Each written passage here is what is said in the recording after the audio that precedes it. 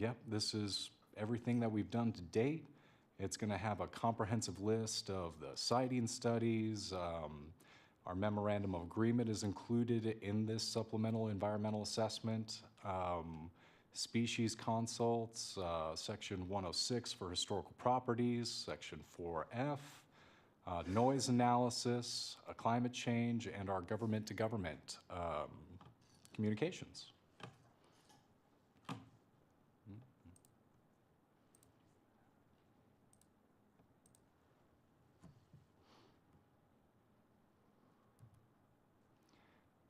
In that memorandum of agreement, that is an agreement between the FAA, the Sitka Tribe of Alaska, the city, and the Army Corps of Engineers.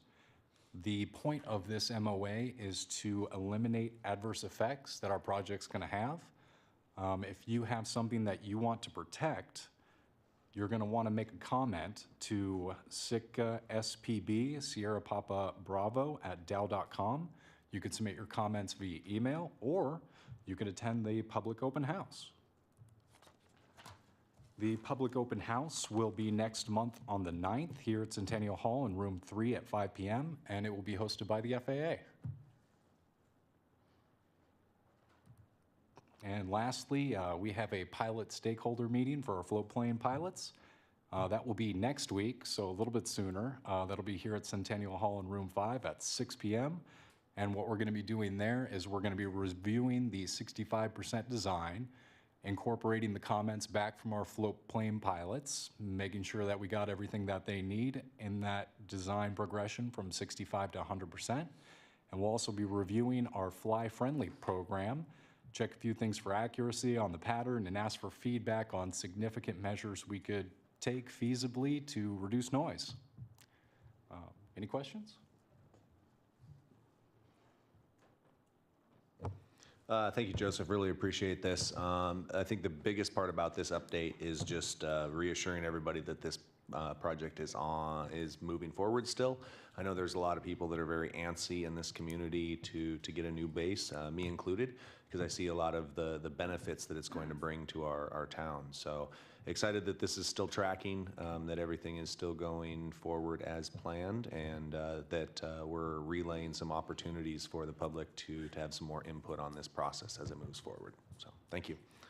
On track, and this is a very comprehensive analysis of everything we've done so far. So it is a large amount of documentation. I would recommend going through it because it is going to take some time.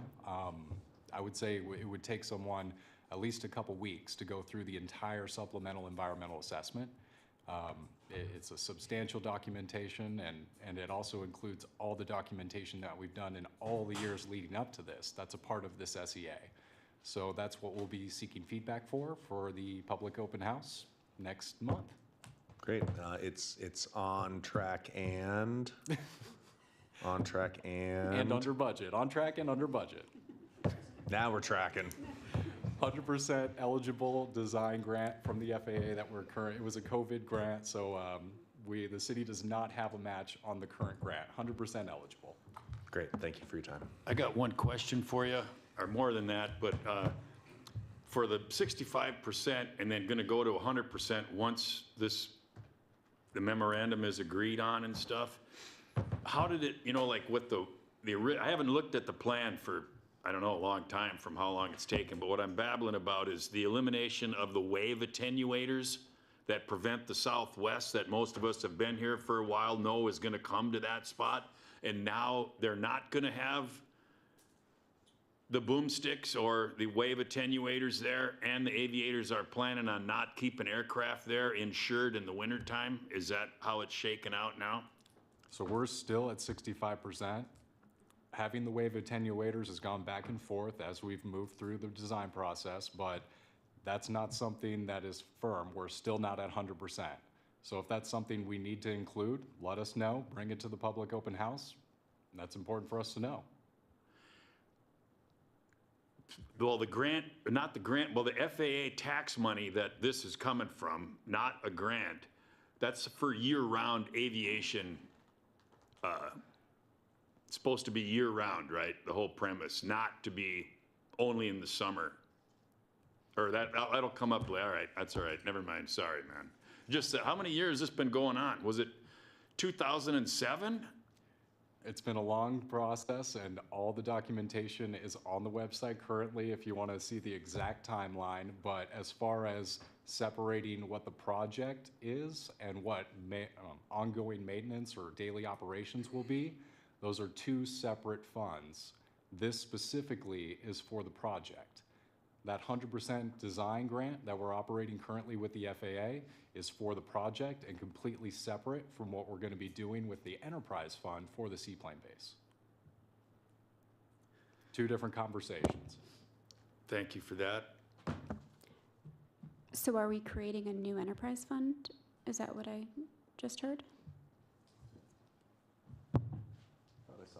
Or is this getting folded into the airport fund?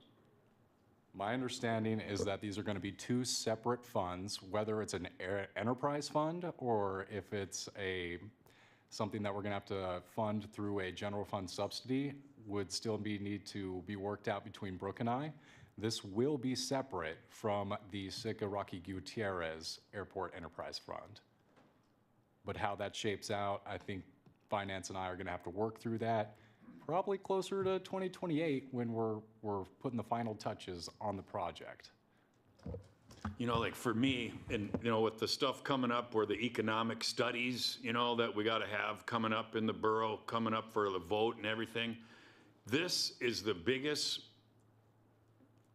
I mean, this thing needed an economic study just to tell people that think that aviation is only for millionaires, that how much money has been lost in Sitka from tour revenue and how there's a plot to make Juneau the terminal and to keep independent operators from working on the outside coast. And I believe that would be shown if there was, you know, a McDowell Group report, you know, that could just show, because people are clueless. They're not understanding. And then letting this drag on it's not a good deal.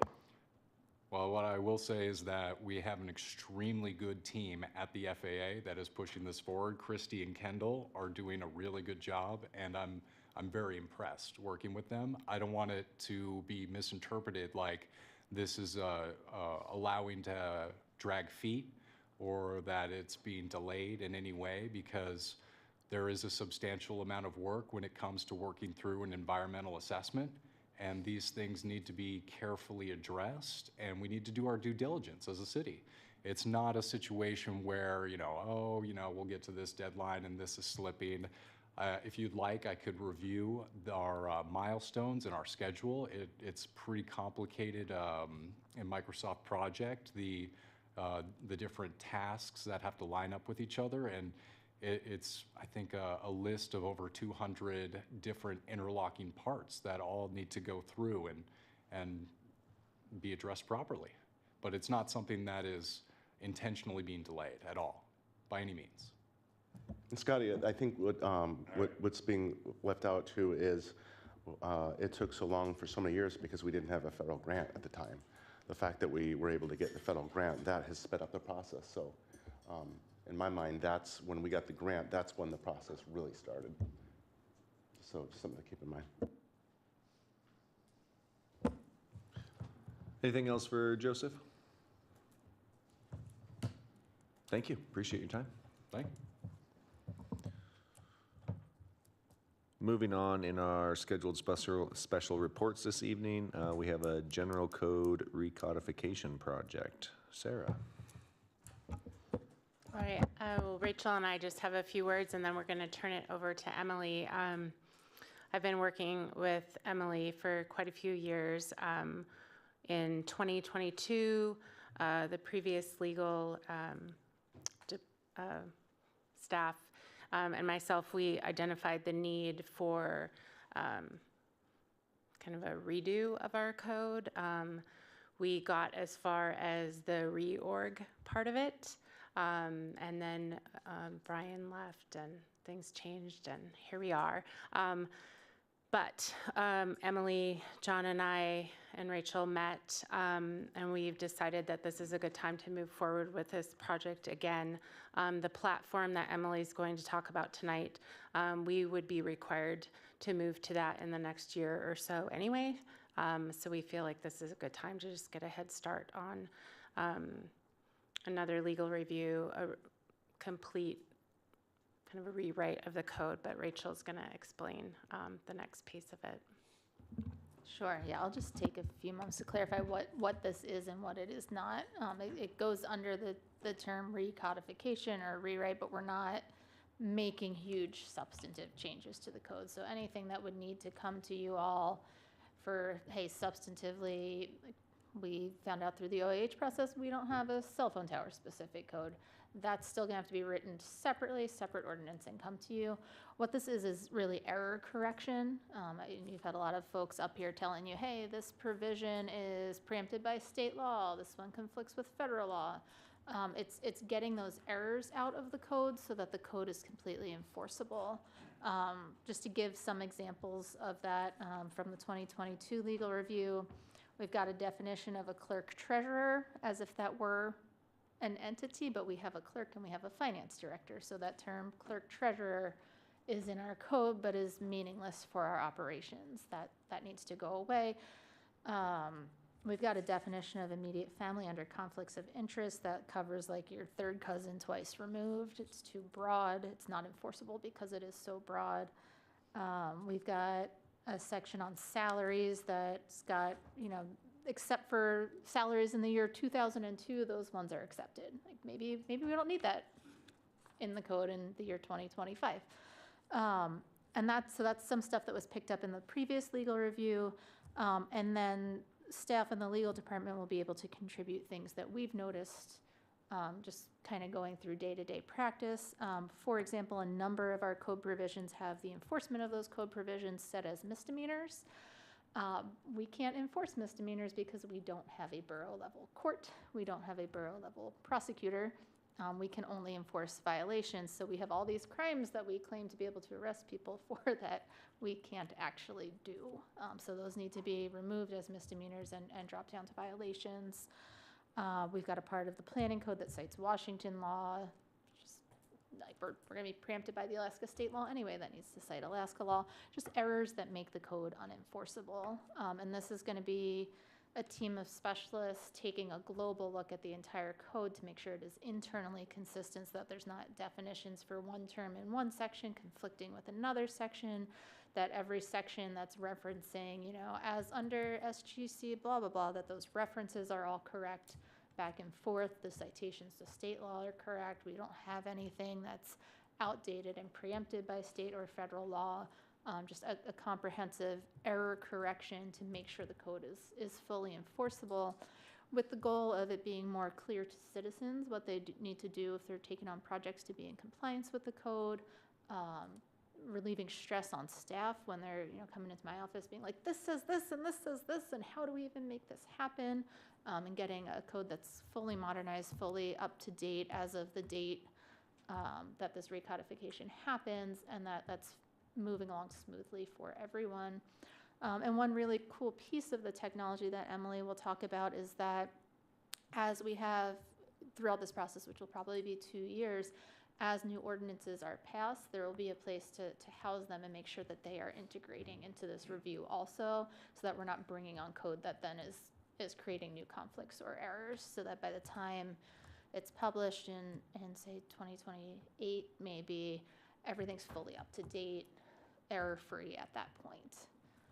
So I'm really excited about that. I think it's gonna make things really streamlined for our citizens and for our staff.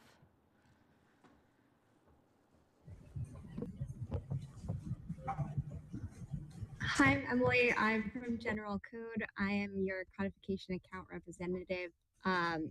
You've just heard a very high level overview of our recodification project. I did want to speak kind of timelines and the order of operations for this kind of project. Your code is currently hosted in another platform of ours, but in order to use our very special interactive code review platform, we would have to move you to our eCode 360 platform. This allows us to create the manuscript with all of the questions within your actual code. So rather than referencing a PDF manuscript, which is what we previously had to offer, and any other codification company I've ever worked with has only been able to present a legal review in this way, ours on the code review platform puts the questions in line with the code. So you'll be able to see exactly what the questions are referencing. So if there are any kind of citation corrections that need to be made, you won't have any question about what that is possibly regarding. You'd be moved to the eCode platform in 10 to 12 weeks after signing. And during that time, we offer demonstrations, we offer technical training for your staff. We can even help with kind of press releases if you want to introduce it to your public in any kind of special way. During that process, we'll start reviewing your code. Our editorial team goes through your code line by line, word for word, identifying any kind of duplication, conflict, inconsistency, not just within the code, but also with statutes, as was mentioned. And we look for anything that may need modernization. There's a lot of terminology that possibly comes up and other items that are enforceable because it's too broad. And we make suggestions for fines, fees, penalties, and just practical recommendations to make your code more enforceable. Also, ways to protect yourself from any kind of litigation. During that time, it's about 180 business days. As you adopt legislation, you'll continue to send it to us, and we'll work that into that manuscript that we're creating. So we're continuing to supplement your code so that it is up to date by the time we do publish. And after we present the code review platform, we'll have another training session so that you'll be able to best use our code review platform. In that, it's kind of a multiple choice situation where once we have a question, you'll have the ability to defer a question to the end of the project. So if there's an item in there where you think that this is too substantive and you need to introduce legislation, you can defer that question. Or perhaps you like the suggestion we've made, perhaps in updating a statute reference. You could say revise as follows. And you could also enter in kind of a fill in the blank situation. You can upload a document that incorporates your ordinance that you've recently adopted that's going to address the question that we have. And there's also going to be a way for you to designate questions to members of staff that are best suited for those questions. So our questions are presented to you within the code, but also in another section where it'll say which portions of the code have the most questions.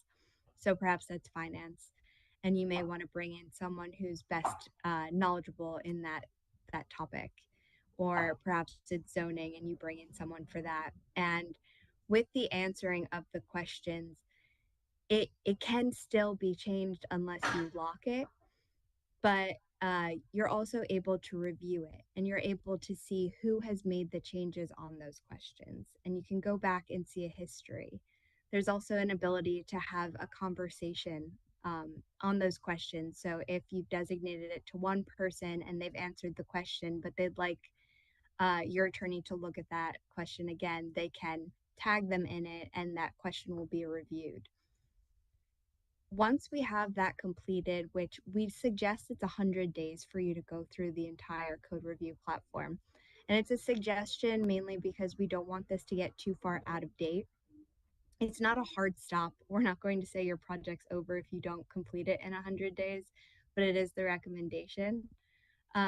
You'll provide that back to us and we'll start making the revisions and incorporating any changes or suggestions that you've created for us. We'll return to you a draft of the proposed code within 145 days, and you'll be able to review that. We suggest 45 days for the review of the draft. Your current code is 849 pages, so it may take a bit of time, but we'll provide the red line edit version so you'll be able to see and track the changes that have been made. After you review, we'll publish to your code site, and it will be a new enforceable code for your public. Thank you. Any questions for Sarah, Rachel, or Emily? JJ, please. Are we planning on doing it in the 145-day timeline? Clerk's office, attorney's office? So there were multiple timelines in there. So I think, was it the first one was 140 days or 180 days for the review to actually take place? What was that number, Emily? 180 days for the review to be provided to you. And then 100 days for us Plus to 180 answer the plus. questions Okay, and gotcha. respond. Yeah, and then Correct. the time for them to actually incorporate. And is there going to be a supplemental appropriation coming forward for this? Or No, it's already budgeted for. already budgeted for this year and next year's budget cycle, is that correct? Yeah. Okay. Great. I think that's an excellent idea, excellent project. Have we done something like this before in our 50-year history? We did the reorg I think we finished that in 2024. Prior to that, the short answer is no, we have not done anything like this before. So needed. It's very, yes, needed. Very much needed. Excellent. Thank you. And this is just code, not charter, correct? That's correct. Yeah. Thank you. So if anything jumps out from the code revision that needs to be reconciled with charter, either the code will need to be reconciled to fit charter, which is kind of the fitting thing to do, but if there's anything that's glaring about charter that needed to be amended coming out of this process, that would need to be a fully fleshed out political process. Yeah. And department heads and everyone's on board with this project? Yes. People are telling me they have long lists of things they'd like to point out. Oh, it's coming from department heads, the support of this project. There's pressure for this from department heads, and then, it wasn't me initiating this, it was that legal review in 2022. So it's been, I think, something that's been on everyone's radar, as like there are errors that have accumulated over time, and at some point you just have to pull the trigger and get it as up to date as you can to today, and then, somebody down the line is going to have to do it again later, because it's not anybody's fault. These things just do accumulate over time. Nobody can know every piece of federal legislation that's passing that impacts your code. It just hasn't been done for us, so we have a rather long period of time where those errors have accumulated. Great, thank you. Thank you for taking this on. It does seem very big, and appreciate your willingness and diligence to keep our code as up to date and clean and error-free as possible. Anything else on our recodification project? Tor? Yeah, so actually, I was gonna ask if we'd ever done it before. I was pretty sure what the answer was.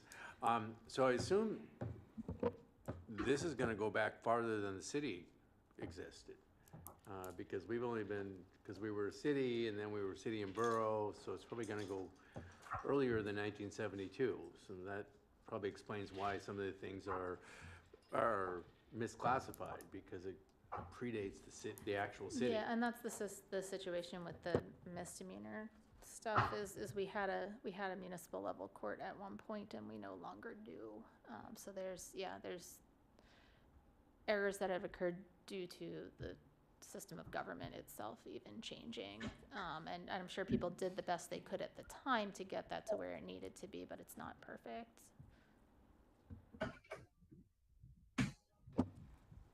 All right, thank you all for that update. It sounds like it's going to be a pretty intensive project over almost 2 years, but I think the end result is going to be much more readable for everybody, which is definitely a point. I know multiple times I'll stumble through code, not quite understanding what the references from 72 were, so it'll be a little bit better for everybody to read through.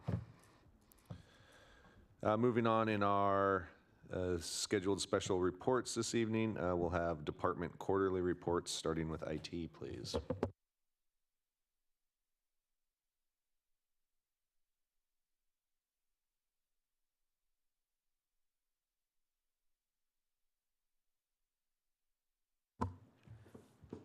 Hi, Grant Turner, IT Director. Got a basically quick rundown of our department where it's at right now. Our staff remains pretty much consistently steady. We're fully staffed and we're all keeping ourselves pretty busy with everything we've got up to on our plates. Current projects, some of the bigger ones we got going on right now, we have a cloud-based workstation management system that we're moving towards. We currently have it locally hosted entirely and sort of a hybrid sort of thing going on in there too. We're trying to move it all into a singular cloud-based system so it's a single source of truth for an entire set of our equipment. We're also moving forward with our city-owned fiber project, which we started last year. Pretty much getting our plans together for how to put together the best RFP for the full entirety of the project. Bits and pieces of it are being put together as we've been going. In fact, the Seawalk project got tied into that one to get ourselves some space in there to get fiber between a couple of our buildings along that pathway. We're also working on replacing a lot of our older network equipment, such as our Wi-Fi access points and network switches, to get us up to more modern speeds and modern support for that, and security measures and all that all together in one. In terms of our help desk, we've also received pretty much our average number of help desk tickets that we usually get every 3 months or so. Usually in mid to low 200s usually during that time frame, and we almost always seem to have a steady 20 to 30 tickets open at any one time. We keep closing them, they keep having other ones open up, but the good news on that one is that we have at least a 76% first contact closure rate, meaning as soon as somebody provides a ticket to us, we get in touch with them right away, problem gets solved quickly, close the ticket right out. As far as our budget is going, we are on track for our expenditures this year so far. As you go along through the year, the IT budget's kind of funny. The biggest spending months are in July and June. A lot of our annual stuff that we have gets spent all in 1 month and then the other month. So if you look at the chart, it's a big old U shape. There are a few items that have gone up in price in the meantime, and we do have enough buffer in there with closing out some of the things we don't use anymore. And the prices on some of the other things being lower, that it equals out for this year, but we definitely have to plan for more price increases in some of our services, such as like the Microsoft services and things like that we definitely need to use. That's pretty much most of the stuff we got going on for us here. Questions for IT? Just remember, help tickets are job security. Oh, yeah. Thank you. Thank you.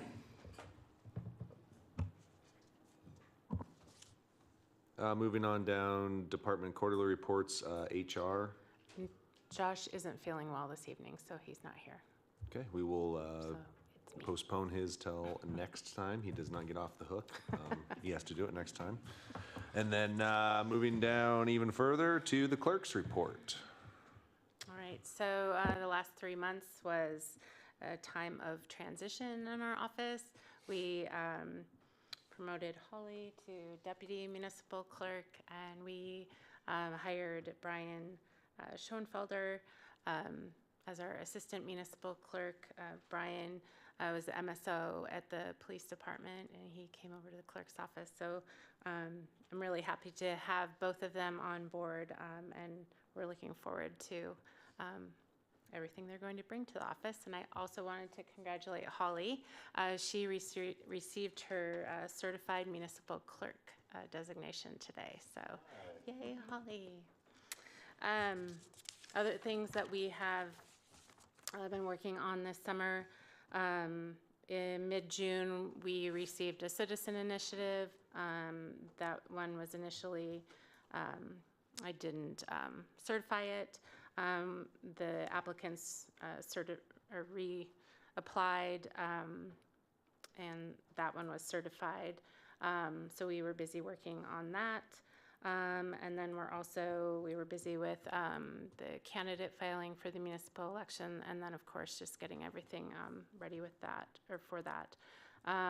We've been working on the work culture initiative, monthly AHODs. The Culture Club is meeting regularly, and then we had some record numbers for public records requests. The last 3 months we had 60 of them, so I think Holly's first week or so in the job, she had 20 of them right off the bat, so.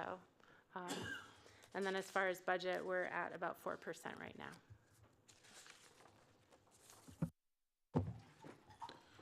Great, thank you. Really appreciate the efforts to promote from within and the training that you had done previously to make Holly prepared for stepping up into that role. Hiring from within is always a great opportunity for those to continue along with the municipality. So thank you for your work on that. And also quite a wonderful picture in your report there. I'm not sure what you're dreaming That's about there, Brian's but handiwork. you know, I think there's an ice cream cone at the other end of that rainbow.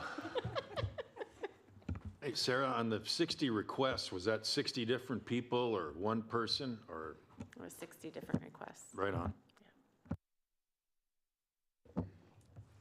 Continuing along with special reports, is there anyone here for government to government, municipal boards, commissions, committees, departments, school district? All right, so that would bring us to persons to be heard. This is public participation for any item on or off tonight's agenda. Let me go back. I'm a little bit rusty, having not been here forever now.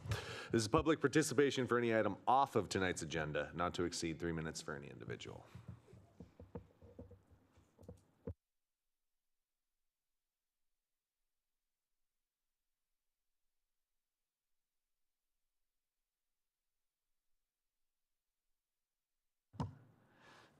Hello, my name's Karen Lucas, and I want to make it clear right off the get-go that I do not speak for the Historic Preservation Commission, but rather as an individual appointed as a member.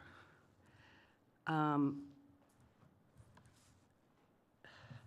am trying to understand why the Historic Preservation Commission has not received almost any information about the seaplane base and the adverse effects to historic preservation. That property is a national historic landmark. We were approached by a local archaeologist, I think it was back in like March or February, and she was kind of alerting us to this process that's been going on, and I was in the dark. You know, I mean, I know obviously we've been hearing about the seaplane base evidently since 2007, long time ago. I know people are anxious to see it happen. I know how much work has gone into the MOA.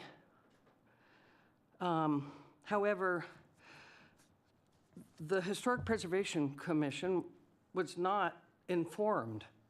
I first learned about it from the archaeologists last spring, and then only recently did I receive an email, and I know a couple of assembly members received that same email with a sense of urgency about what's transpiring. And I just would like to, I don't understand why the Historic Preservation Commission was not a part of this Section 106 process. I like to do my job, but if I don't have the information, I'm pretty much in the dark, okay? So it wasn't until recently that all of this came to light within this MOA that is on the table, which includes the demolition and removal of some historic structures on that property. And so I guess what I would like to do is ask the Assembly not only to postpone any further decisions, but allow the Commission to do their job. And we're not going to be able to address this until October. And I do believe it's past the date of this planned public meeting about it. So I would really appreciate not only the paper trail, but anyway, the MOA. Thank you for your time this evening. And that you would postpone any further action. Thank you. Thank you.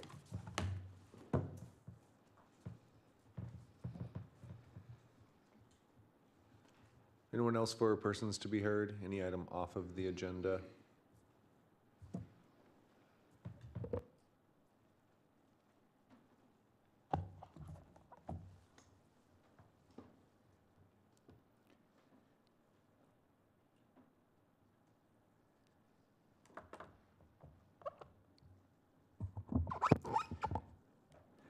Good evening. My name is Richard Ween. I know it's been a long time. I've missed you all, truly.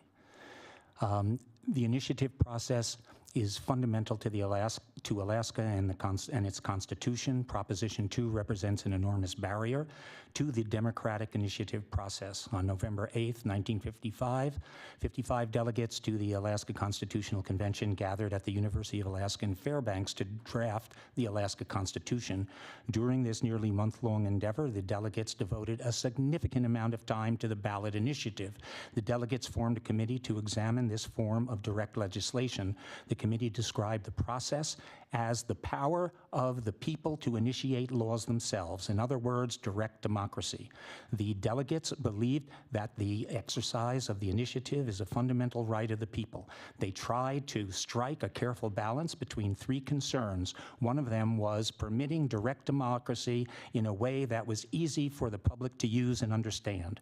They intended the constitutional provision to have the advantage of brevity while ensuring substantive rights of the people. They wanted the lawmaking power of the people to be generally commensurate with that of the legislature. The delegates did not want the public or the courts to waste their time on ballot measures that were not plainly legal. The committee also wanted to prevent waste of money on elections for laws that were unconstitutional. It is very interesting that in JDO's analysis of the initiative, which was sent by the city, which, by the way, cost $11,000, it is in there, the kernel, which may represent the lawsuit to come if the initiative wins. And it states, this is JDO, this proposed ordinance may implicate protected constitutional rights, but that should be determined by a court.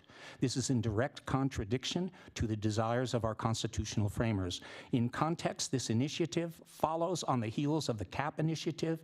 If this initiative is successful, it would not only quash any further actions by citizens to interfere with the tourist industry, which is its intent, but also every other citizen's attempt at direct democracy. My suggestion to the sponsors would be to withdraw the initiative. Otherwise, we may just see you in court. Also, Proposition 1 is just plain foolishness because it allocates funds to the indeterminate future for which we do not know what our needs will be. This can be done at any time. Besides, where is the economic impact report? P.S. If this does pass, there will be a dual system of requirements, one for citizens to have an impact report for an initiative, which is equivalent to the legislature, and the assembly, which does not do it at all. So what's good for the goose is good for the gander. So you better start thinking about the future. Thank you.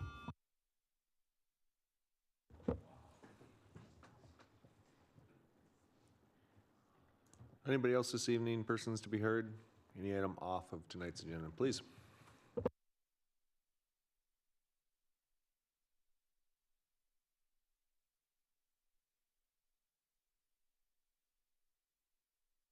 Right on the bottom, there's a button. If you hit it, it'll turn red. Perfect, thank you. Good evening. My name is Sean Cavlan. I'm not sure how this Proposition 1 got on the ballot, but I'm not against sports or anything, but I'm looking at our road system. It's in horrible shape. Catlean is a mess. It just got done not too long ago. Now we have a sinkhole at Lake and Lincoln Street. And I, being a smoker of cigarettes, I don't know why that I'm still getting, when the hospital shut down, they're still taking a good tax out of what I'm purchasing. It's a prejudice tax. But anyway, regarding one, I'm not against schools, but I think our roads look at Catlean too. There's two potholes down there that go clank, clank every time it's getting run over, and that's gonna be a hazard. If one of those manholes come up, there's gonna be a lawsuit there. And not to mention, it's a pain, it's noisy. Just fix our roads. That's all I got. Thank you.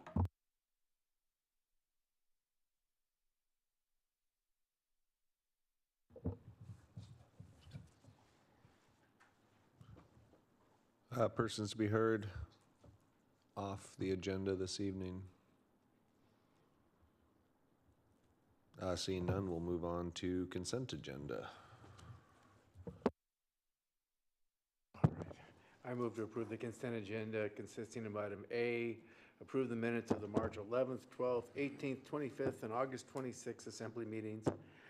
Item B, making supplemental appropriations for fiscal year 2025 and 2026, reappropriations on first reading. And item C, making supplemental appropriations for fiscal year 2026 library books unbanned programming grant, first reading. Second. It's been moved and seconded to approve the consent agenda. Is there any public comment? Sarah? All right, on the motion to approve the consent agenda consisting of items A, B, and C, Mayor Eisenbeis, Yes. Mr. Christensen, Yes.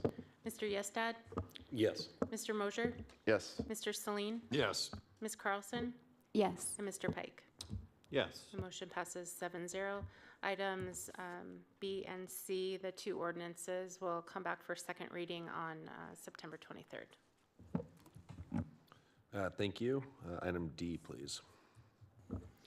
I move to reappoint Tyler Green to a 3-year term on the Port and Harbors Commission. Second. It's been moved and seconded to reappoint Tyler Green to a 3-year term on Ports and Harbors Commission. Is there any public comment? Assembly deliberation. Sarah? All right, on the motion to reappoint Tyler to the Port and Harbors Commission, Mr. Celine, Yes. Mr. Yestad, Yes. Mayor Eisenbeis, Yes? Mr. Christensen, Yes. Mr. Pike, Yes. Ms. Carlson, Yes. and Mr. Mosher. Yes. The motion passes 7-0 on item D. That brings us to unfinished business this evening, item E, which is a discussion direction decision on the annual general fund grants for nonprofit organizations program. We previously discussed this back in April, and sponsors Kevin and Chris, do you have anything further at this point? Can we take a quick Before we break, break Mr. into Mayor? this one? Uh-oh. This may take a little bit. Uh-oh. Yes, yeah, if we need to take a break before this item, please, we'll take a brief recess. Please be seated when you're ready.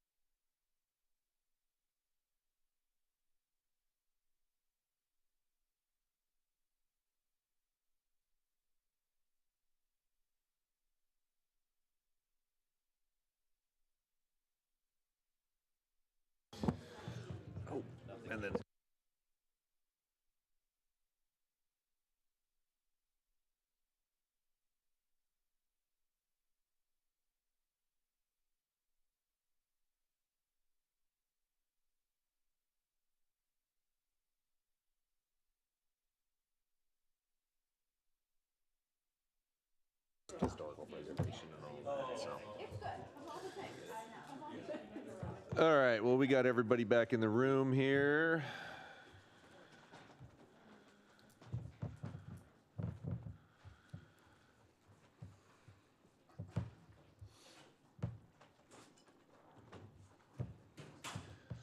All right, so moving on to item E tonight. This is a discussion direction decision on the annual general fund grants for nonprofit organizations.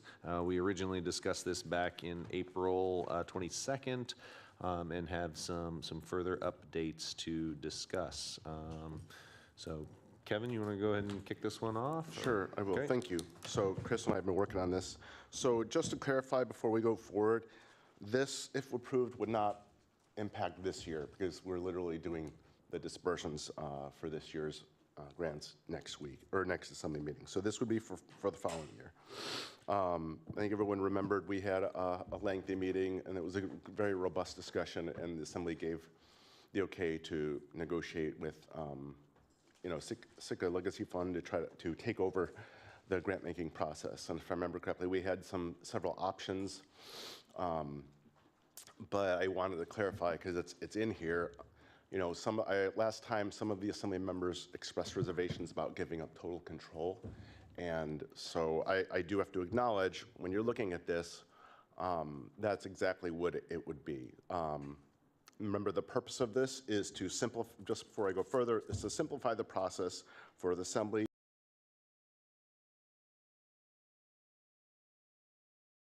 Meaningful benefit. And that's my opinion as far as if you have $20,000 and 20 people apply, and sometimes people divide it evenly, that's $1,000 each for all the time and effort you put in, when it would possibly be that some organizations don't get as much, and that provides more meaningful benefit. The biggest thing is it simplifies everything. The staff spends 25 to 30 hours a year on this. I think that's could be well spent doing other things for the city. So those are the basic items, but we'll go more into it as we go further. But when we were talking about doing this last time, there was some assembly members that wanted to hold off. I mean, they wanted they possibly give this to the organization and then maybe have a final, rubber stamp or a stamp of approval. Well, in negotiations with Sitka Legacy Foundation, their board has decided that because of the way their process works, that's really not going to work for them. So, so what they're offering is a simple thing where we, take the budgeted amount, give it to them, and then they do the entire process from beginning to end, including receiving applications, reviewing them, follow-ups, awards, distributions, and reports. If this is approved, they would provide the assembly with the report on the awardees and then also the follow-up reports. I know this is not exactly what the assembly wanted, but that's what we've come up with. I think it's a good plan, and I think it's worth trying. We've done this for a long time, and I think in my mind I put in the memo that maybe we try it for a year or two. We don't have to do this forever. We don't have to write it in stone that we do this forever this way, but I thought it's least worth giving a chance. There has been a couple emails from nonprofits in support of this, and that's what's kind of sparked this too, is the nonprofit community has actually reached out to us and indicated that they would like something like this because Sitka Legacy Foundation has a simpler process, and they have got more experience with these things. And so this wasn't just us coming up with this because we want to save some time. This was initiated by the nonprofits. There's several here in the room. So I believe this would be, this is responding to the organizations that receive these funds in the first place. I have a lot more to talk about, but I wanted to get those big picture things out there. I just do want to read an email from one.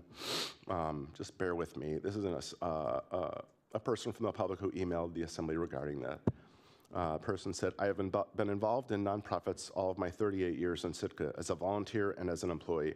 I have seen the assembly struggle with how to select nonprofits deserving of these important grants. What I have observed is that the assembly is often unfamiliar with the nonprofit landscape. It's a lot to learn: the laws, the purpose, the financials, and operations. While the Assembly brings so much life and personal experience to the decisions about our community, nonprofit management is a unique and sometimes complex discipline. I believe the Sitka Legacy Fund has the expertise and focus to do this well. I want to give other people a chance to talk, but I do have information about their experience and things like that, and I'm ready to receive any questions. Chris, anything from yourself? I guess maybe just one quick thing. Kevin really touched on it all, but I thought something that was still important with this is, though the Assembly may not have the final say with all this, it is supposed to still be made clear that these funds are coming from the city, and that it's coming from us, not just the Sitka Legacy Foundation. So that was something I wanted to bring up that's important. Tor? I have a quick question. I'm not 100% sure who to ask, either Sarah or John. How much ballpark do you think we spend on administering this program every year? I mean, how much staff time do we spend? I know you said something like 20 or 30 hours, but I think finance has to spend time on it. You have to spend time on it. Clerk's office. I mean, if somebody held a gun to you and said, how much does that cost us? What would you say? I'm not prepared with how much does that cost us. I'd have to look at the labor rates and everybody that's involved with it, but I think the 25 to 30 hours is a good estimate stretched out amongst the clerks. And most of the work revolves around advertising, getting the applications put together, consolidating the applications, getting the packets ready, and then in finance with all the compliance measures that have to be reviewed before an applicant can get their information in. But I do think 25 to 30 hours is a good estimate.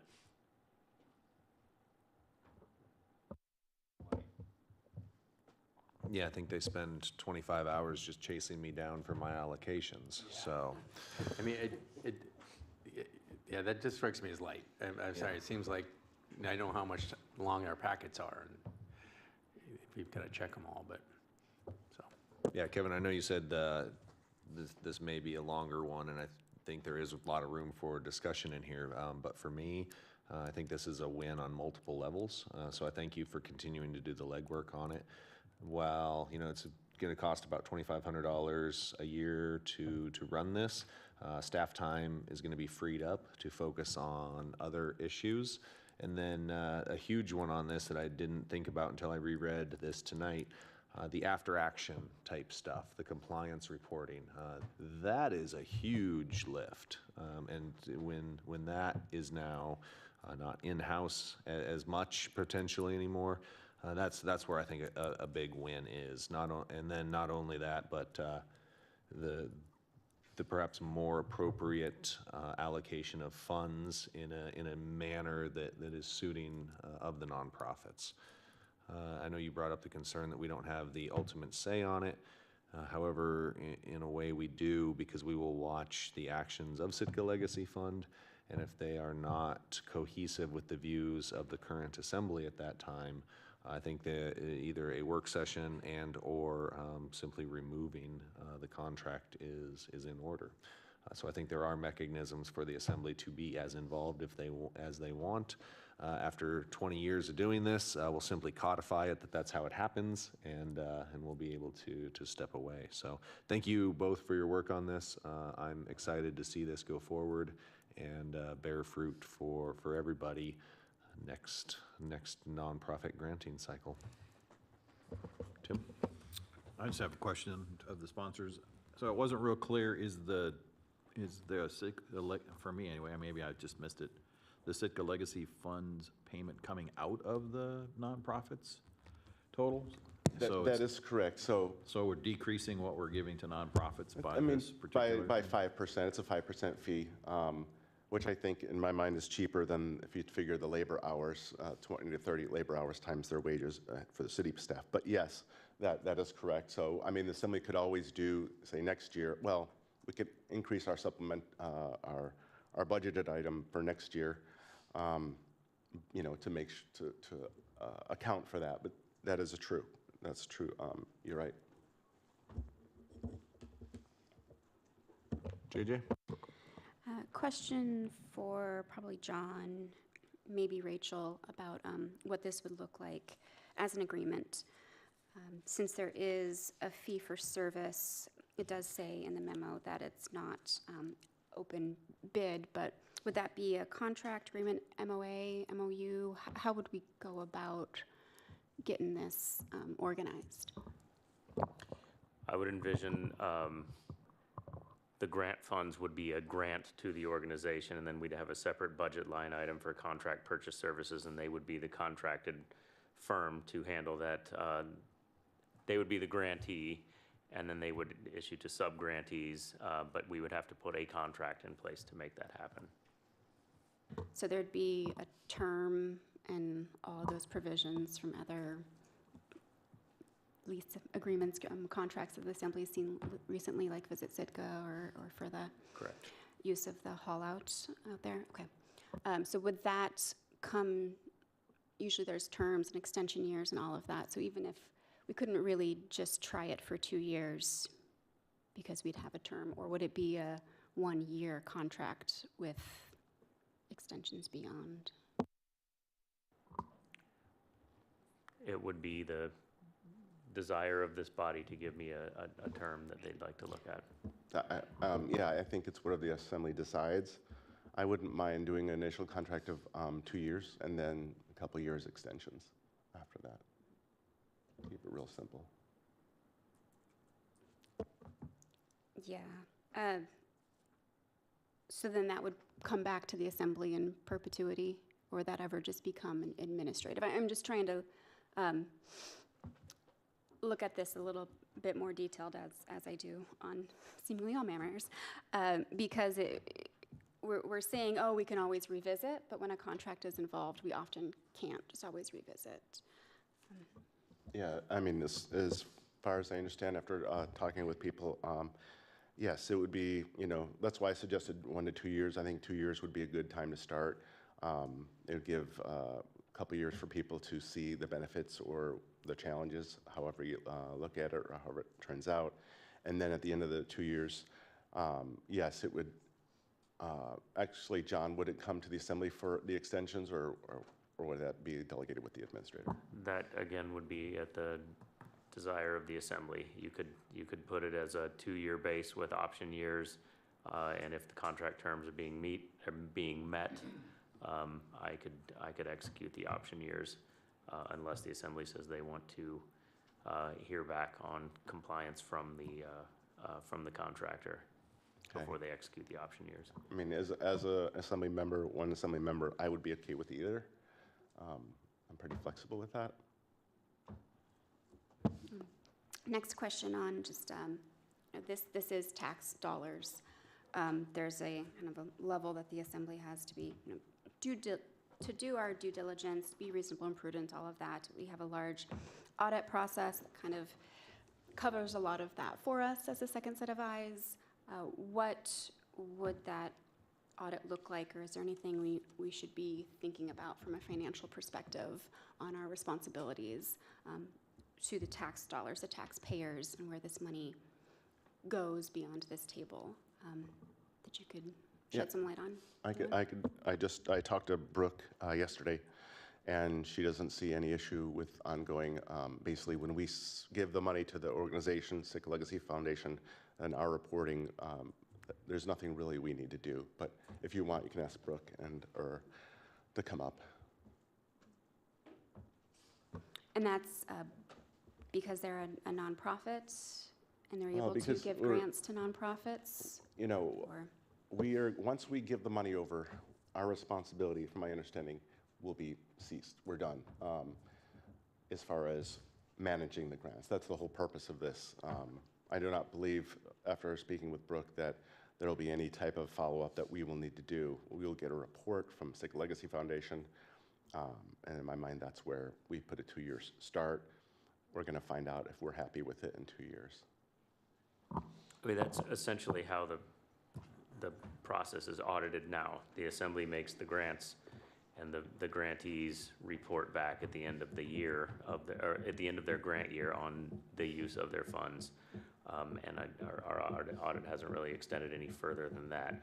That process, I think, would still be the same if it were required of the contractor to come back to the assembly with that year and report here's what we did with the grant money.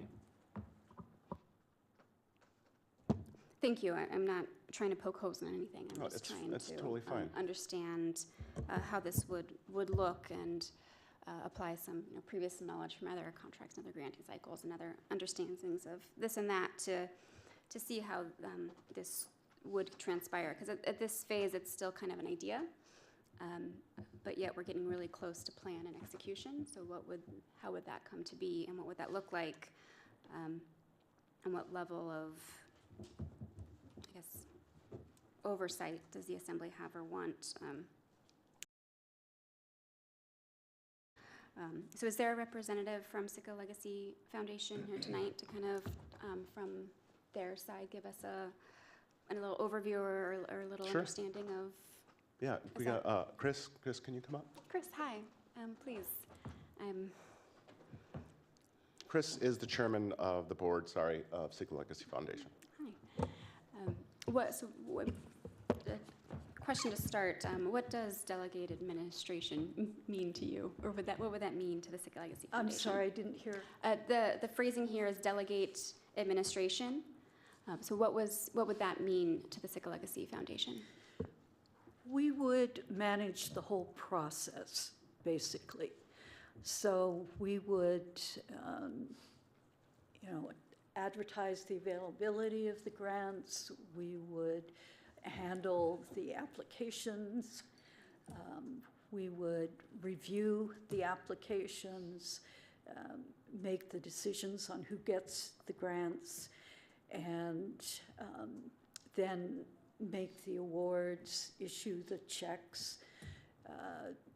We would get the reports from the grantees and make a report to the assembly.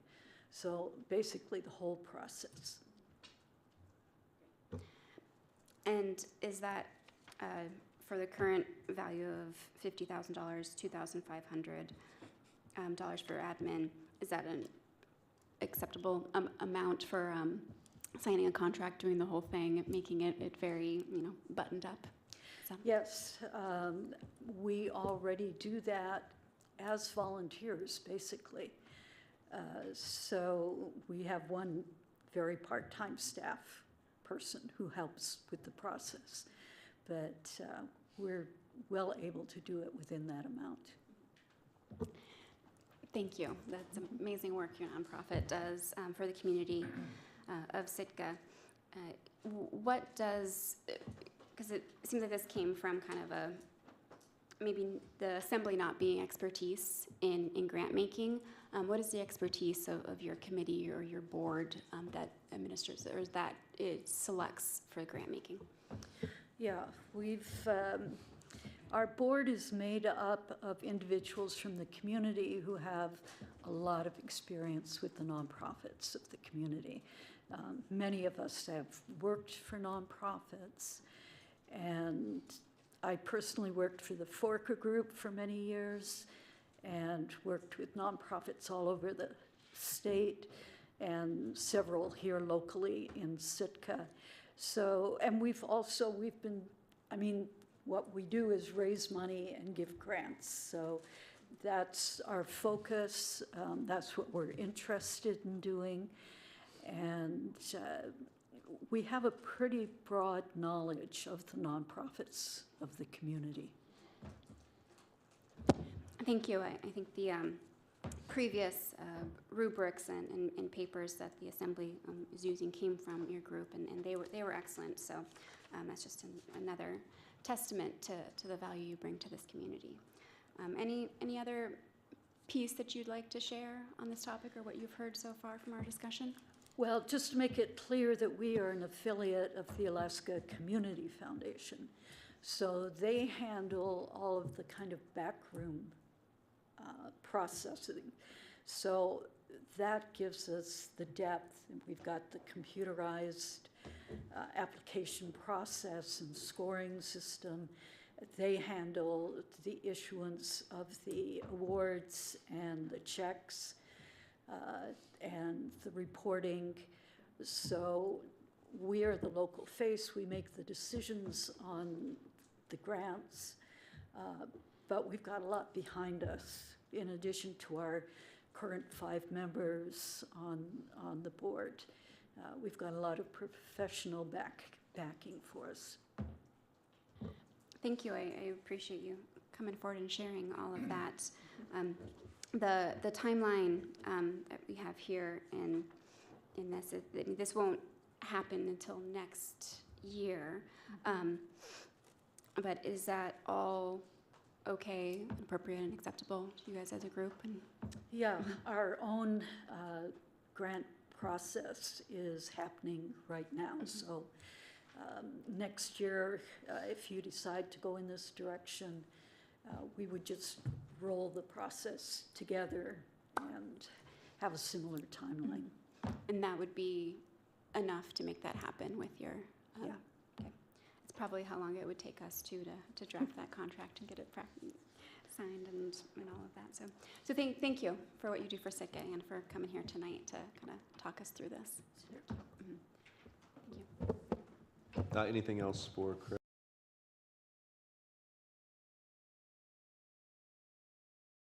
Administrative fees just to handle, the distributing of the checks and things like that. So I appreciate that your organization is willing to do this as volunteers. Thank you. Thank you.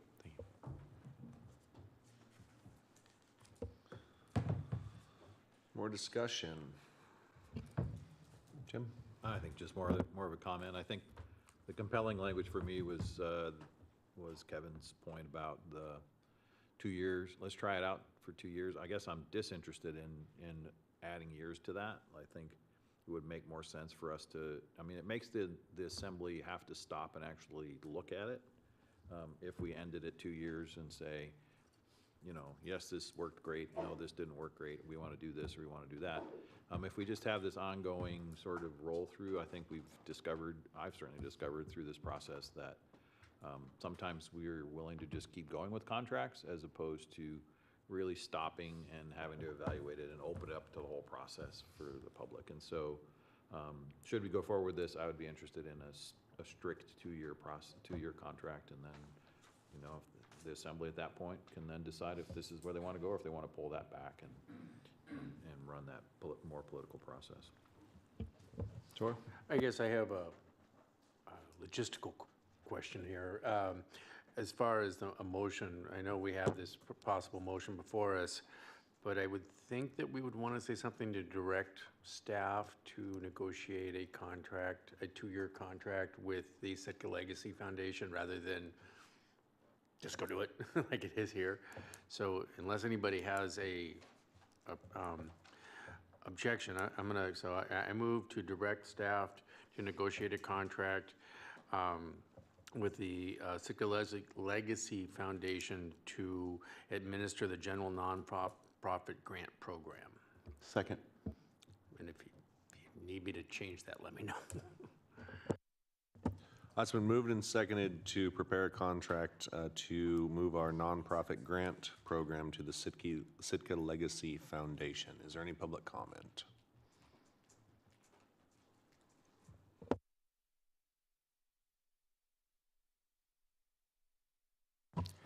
Good evening, this is Richard Ween. Like it or not, this $50,000 is money from the general fund, and I view it as the people's fund. And the role of the city is for safety, infrastructure, and education. One of the alternatives is just not to do it. I feel that, I think it's wonderful that the Sitka Legacy Foundation, wants to get up and do all of this work. I just, in the back of my mind is it Does it obviously increases the amount of money under management? Is it something that they'd like to advertise that they're doing this for municipalities and therefore do that? Overall, I don't know. But the bottom line is it represents $2,500. This has been an action that the Assembly has taken. Over the years, if it's $30 an hour for 30 hours, that's $900 in staff time. And my guess is it probably is less money when you actually figure it out. But to me, $2,500 of people's money is actually a grant, is the amount of a grant. I would accept this if each of the Assembly members would divide $2,500, 7 into 2,500, and give it out of their salary to make up the difference for a grant. Because some of these small grantees are really make $2,500 go a long way. So I am, not for this. And I think this is just, shuffling out a buffalo. And so you will do as you will, but $2,500 is $2,500. And it's been a task that people have done graciously on the Assembly. So I thank you.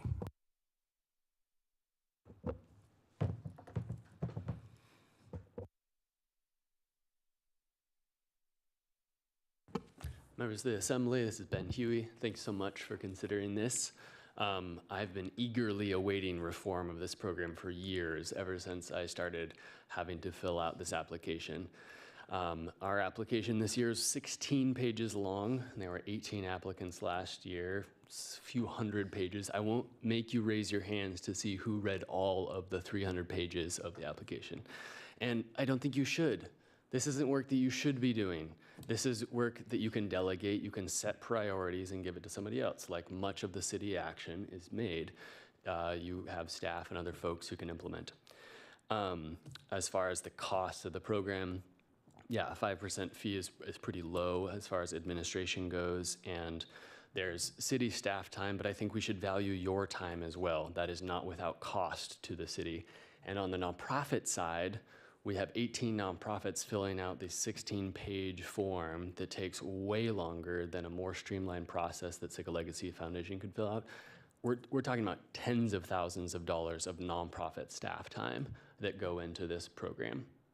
And reducing that is actually a way larger benefit than a small couple $1,000 administrative fee.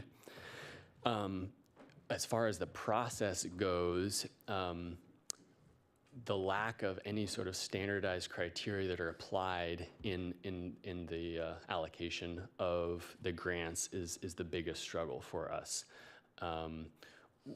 We've all been at these Assembly meetings where it feels like, well, I don't know, people are kind of in this, you all as decision makers are in a very awkward position to make these. And you don't have the correct process, you don't have the framework to be able to implement this. Whereas philanthropic professionals have a grant review framework, they do this, they know how to do it, and it's clear, transparent on both sides. So I'm excited about this. You'll see in your emails that there's a letter signed by 11 nonprofit directors representing dozens and dozens of staff and millions of dollars of budget in support of this reform. So thanks for considering this.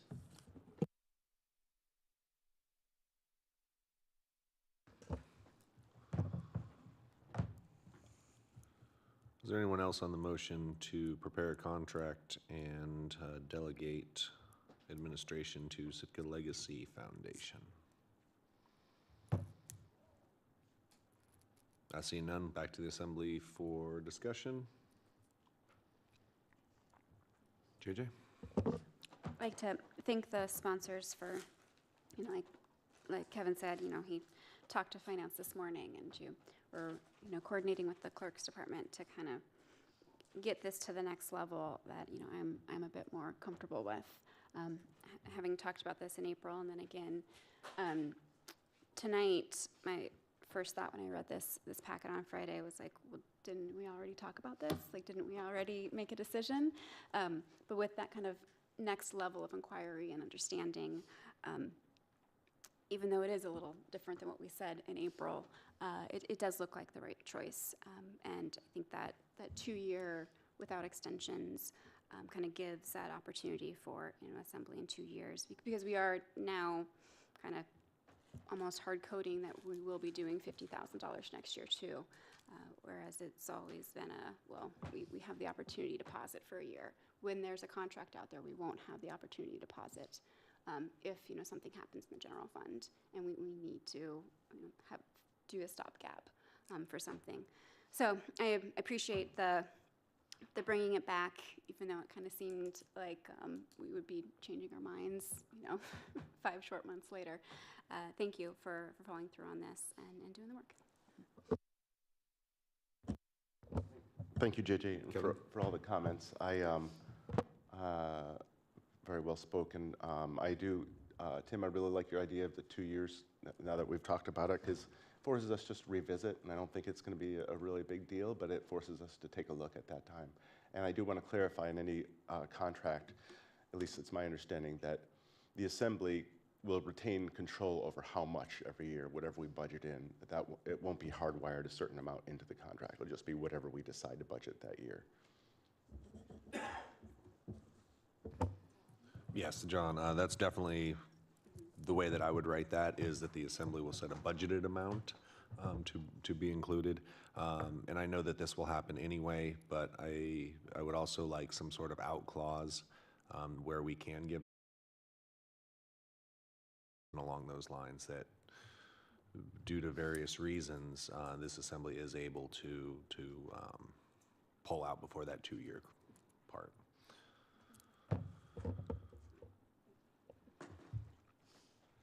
Anything else on the motion?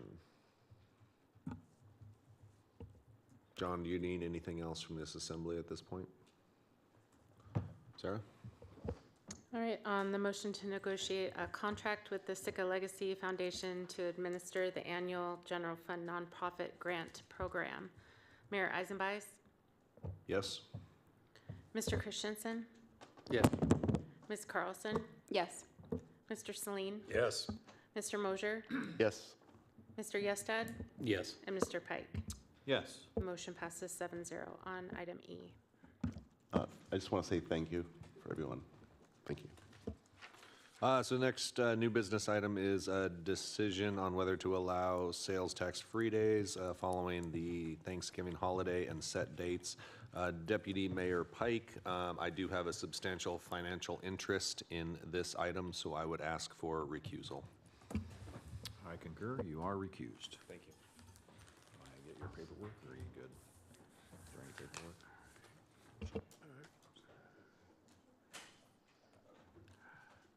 All right. That brings us to item F, new business, decision on whether to allow sales tax-free days following the Thanksgiving holiday and set dates. I move to authorize Friday, November 28th and Saturday, November 29th as sales tax-free days for 2025, noting the sales tax-free days will not be applicable to any sale of fuel, alcoholic beverages, tobacco products, and marijuana, nor affect any sale which is part of a continuing obligation of the buyer to pay the seller over time. Second. Been moved and seconded to adopt the days specified for the specified purpose. Is there any public comment?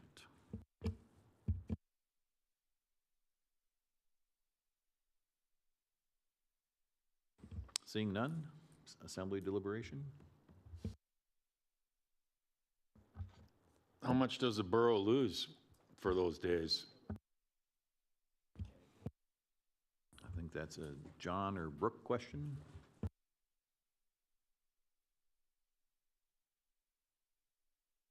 According to the memo, it would be about $35,000.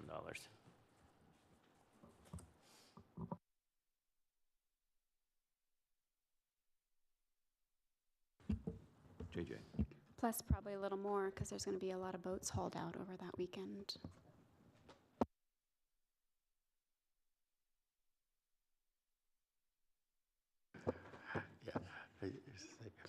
That's kind of a good one. So if you pay you pay a fabricator on that day for your bill, then you don't pay borough tax. So if you charge fabricators and, you know, all the way up to 18 grand, is that what we charge on the 6% now on any custom work that's done? That would be 5, but 5%? I think that might be considered overtime, unless he did all of the work on Friday and Saturday. Boy, there's some weasel words on that.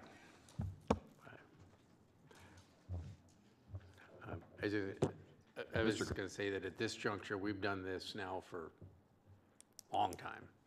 I think I was on the assembly when we first did it. I think somewhere in the 2010, 2013, but I wouldn't swear on it. Anyway, I think it's expected. And honestly, I'm not too concerned that somebody is going to try and pull that off with a fabricator that would require an awful lot of maneuvering that I don't see people doing right after Thanksgiving. They'd probably be too sleepy from the turkey. But, you know, I mean, if something pops up and we see something like that, sure, maybe next year we should talk about it. But I just don't see that happening in any substantial way. And it's nice. I think it's very good makes people, I know I go Christmas shopping the next day. That's when I'm, you know, going out there looking for things to get in town. And I know I've bought things here because it got me out there. Once I was there, it didn't make much difference, but it got me out there to say, okay. So, yeah, I'm still for it.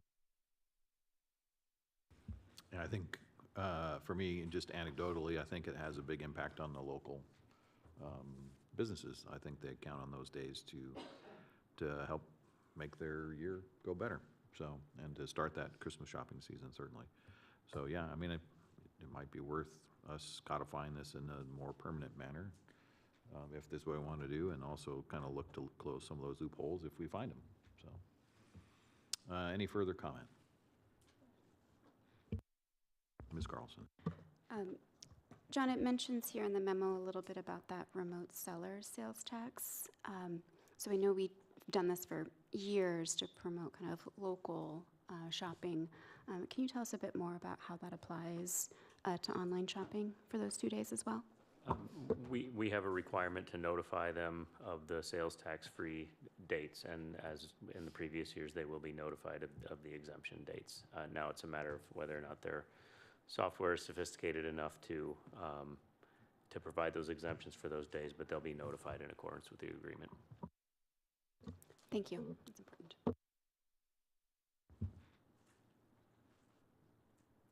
Sarah.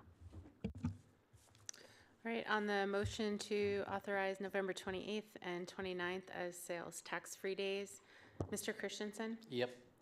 Ms. Carlson? Yes. Mr. Yestad? Yes. Mr. Celine? Yes. Mr. Mosier? Yes. And Mr. Pike? Yes. The motion passes 6-0 on item F.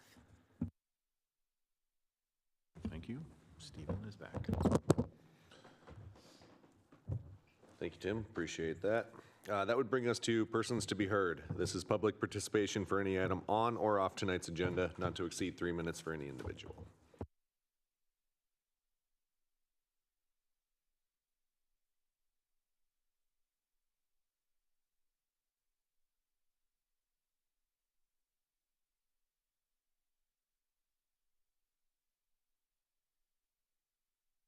Welcome back, Cotter. I do believe that If you could state your name for the record, please. Oh, I'm sorry, I forgot my name. Richie Ween. And what I do believe that Proposition 2 is such an outlier, that the conditions are so onerous, and that the JDO did plant the seed, that I think that Proposition 2 needs potentially to have at least statewide coverage as to what's going on here. And boy, would I like to see some national coverage on this particular item. Now, what's happened is music has always been a private thing for me. I've done it all my life. But what's happening now is I'm going to make it a little public tonight. Now, this is a song that I wrote. These are my lyrics. I produced them, and it's my copyright. And the title of the song, these are my words, so instead of speaking them, I'm going to sing them, which may make it more palatable to the assembly. So here we go, and at the 3-minute mark, then, I'll turn it off. So this is called Economic Impact.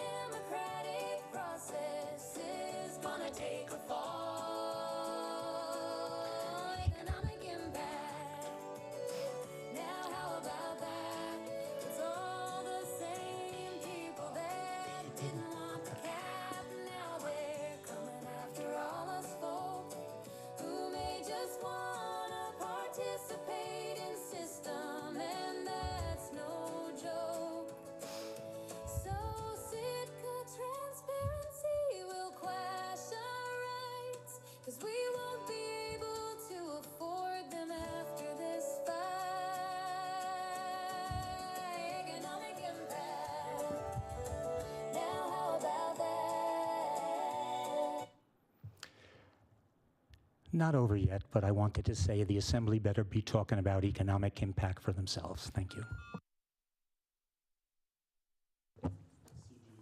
CDs in the lobby.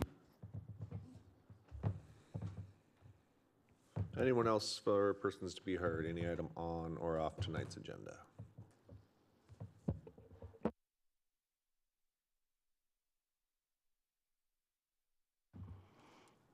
I just want to say that I'm very happy and refreshed that our brilliant surgeon, Dr. Ween, is participating again in government. And I have always appreciated his comments, and I know many other people have as well. And so thank you, Richard Ween.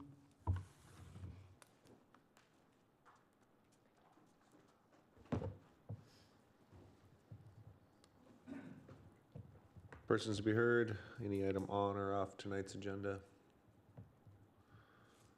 Seeing none further, we'll move on to reports. For my report, I'd just like to reintroduce myself to everybody. It seems like I've been gone for a little bit here. Tim, unfortunately, you're not out of the woods yet, as myself and John will be gone on the first meeting of October. So you're getting very schooled up on this. But thank you to Tim and everybody else who acted superbly without me. Thank you for continuing the business of the municipality as I was gone. So I'm sure John gave all the updates from the conferences we were at, so I don't need to go over those again. However, if you want to see a great picture of me in Utqiagvik underneath the arch, I have one of those for you because I was able to. The arch was right outside of our hotel room, so probably a place I'll never return to again. So it was pretty special to get up there and then to meet with mayors on very like-minded issues. Did you eat any mukta? Did, yes, actually. They had that served at a reception where the Yupik dancers then came in. I don't remember the exact name of their dance group, but it was, you could see the similarities between them and the Tlingit dancers. They had a lot more songs, but their songs were very brief. Some of them as short as 15 seconds, a lot of them 30 seconds, where the Tlingit songs tended to be a little bit longer. So it was pretty special to be able to compare and contrast and then have them come in and perform for us like that. John? Thank you, Mayor. Now comes my span of being away from the table for a while. Southeast Conference starts on Tuesday of next week, so I'll be in that. And then right after Southeast Conference, I'll be going out for a week of personal time, so I'll miss that assembly meeting. The first meeting in October will be on the Sister City trip to Nemuro, Japan, and then I will be at the International ICMA, International City and County Managers Association National Conference in Tampa. I'll be there as the both representing our city and as the president of the Alaska Municipal Managers Association. So I'll be our state representative there. Just following up from last meeting, and I believe it was in the paper tonight as well, the Sustainability Commission met this week, and they consolidated some comments that I will be providing to the Alaska Marine Highway System. They have a deadline of September 15th to get those comments in, so I'll be consolidating those in the rest of this week and get those out before I depart. Thank you. Rachel, attorney report. Not much to report, just that OAH decision on the cell phone tower issue is due November 12th, September 12th, so we're expecting that by the end of the week. I did have a question, it might be for Sarah or the Assembly. We haven't done this process before where we've hired the OAH to step into the Assembly's shoes and make a decision. So when that decision comes into my office from the administrative law judge, what would be an appropriate process for making that publicly available? An assembly decision would be out loud on the record and contained in the minutes. Should I be prepared to give a special report on that and have the decision in the packet at the meeting following its publication? I wasn't quite sure how to handle that because this is a new process, but since it is stepping into the assembly's shoes, we do need to make that publicly available. Not that I have a whole lot of time on my hands, but I think if the three of us could get together to kind of discuss that process as it goes forward. Okay, thank you. Mm-hmm.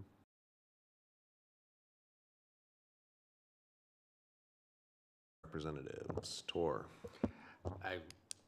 John stole my thunder. From the Sustainability Commission meeting last night, there was a long discussion about AML's decision to stop transporting electric vehicles.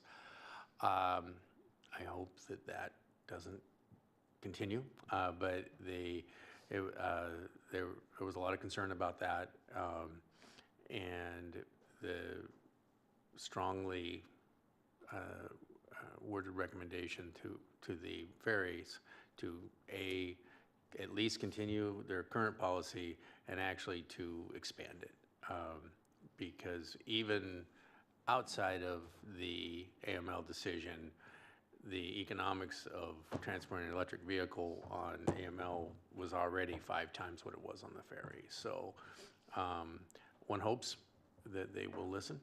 And they brought up, I'm assuming that John will put a copy of that in our packets at some point, but there were some interesting facts that I wasn't aware of. Just that something like, I think they said 30% of the electric vehicles in Alaska are in Southeast, and that, which makes sense in a lot of, and so basically saying that it's very important economically to our communities. So hopefully they'll listen.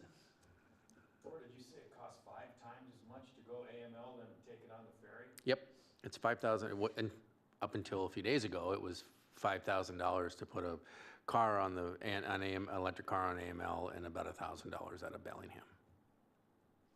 Depending on the size, of course.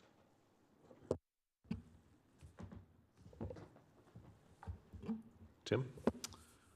Thank you.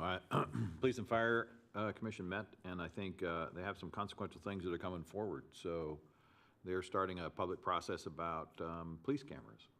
So they have actually gotten a donation of cameras from Craig, I think it is.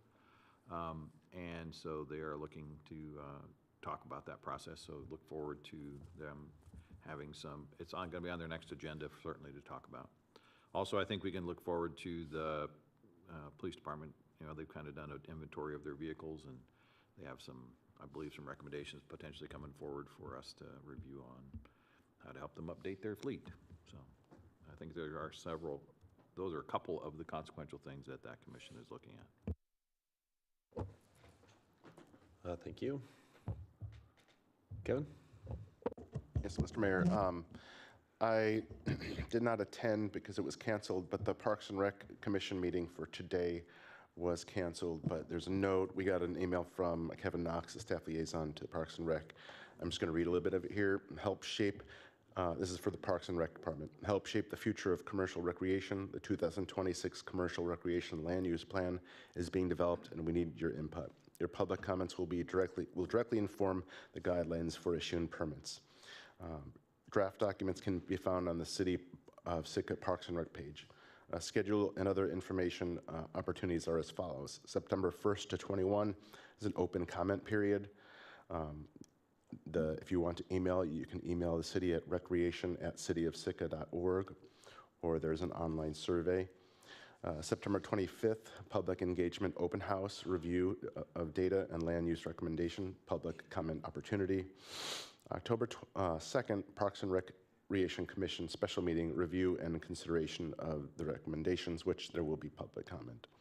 And on October 14th, the City and Borough of Sitka Assembly will have consideration and possible adoption. So there's plenty of ways for the public to input their desires on that, and you can, if you need to review the information I've just said, you can go to the City of Sitka Parks and Recreation page. Thank you, Kevin. Sarah, any report this evening? Yes, we have a number of vacancies on our boards and commissions. The Planning Commission, Parks and Rec, Police and Fire, Sustainability, Library, Health Needs and Human Services, the Investment Committee, Tree and Landscape. So lots of opportunities for folks out there. If you're interested, you can stop by our office. Holly will get you set up with an application and we'll get you scheduled on an upcoming agenda. As far as the October 7th municipal election, eligible voters, the voter registration period, it closed on Sunday. So eligible voters can choose one of the following options for voting. There's early voting in person. That'll start here at Harrigan on September 22nd and run through October 6th, and that's weekdays in room 3 between 8:30 and 4:30 p.m. and then Saturdays on September 27th and October 4th from 9 to noon. And then there is absentee voting by mail. The completed applications, they need to be received at our office no later than September 30th. Ballots will be mailed starting on September 15th, and then they need to be postmarked by October 7th and received at our office no later than October 10th. There is also absentee voting by fax or email. An application needs to be completed by that, and to vote by email, folks need to have access to a printer to print the ballot and a scanner or a device that's capable of taking a clear photo to return the ballot to us. Completed applications for fax and email, they can be given to our office up until 5 p.m. on, or actually for mail.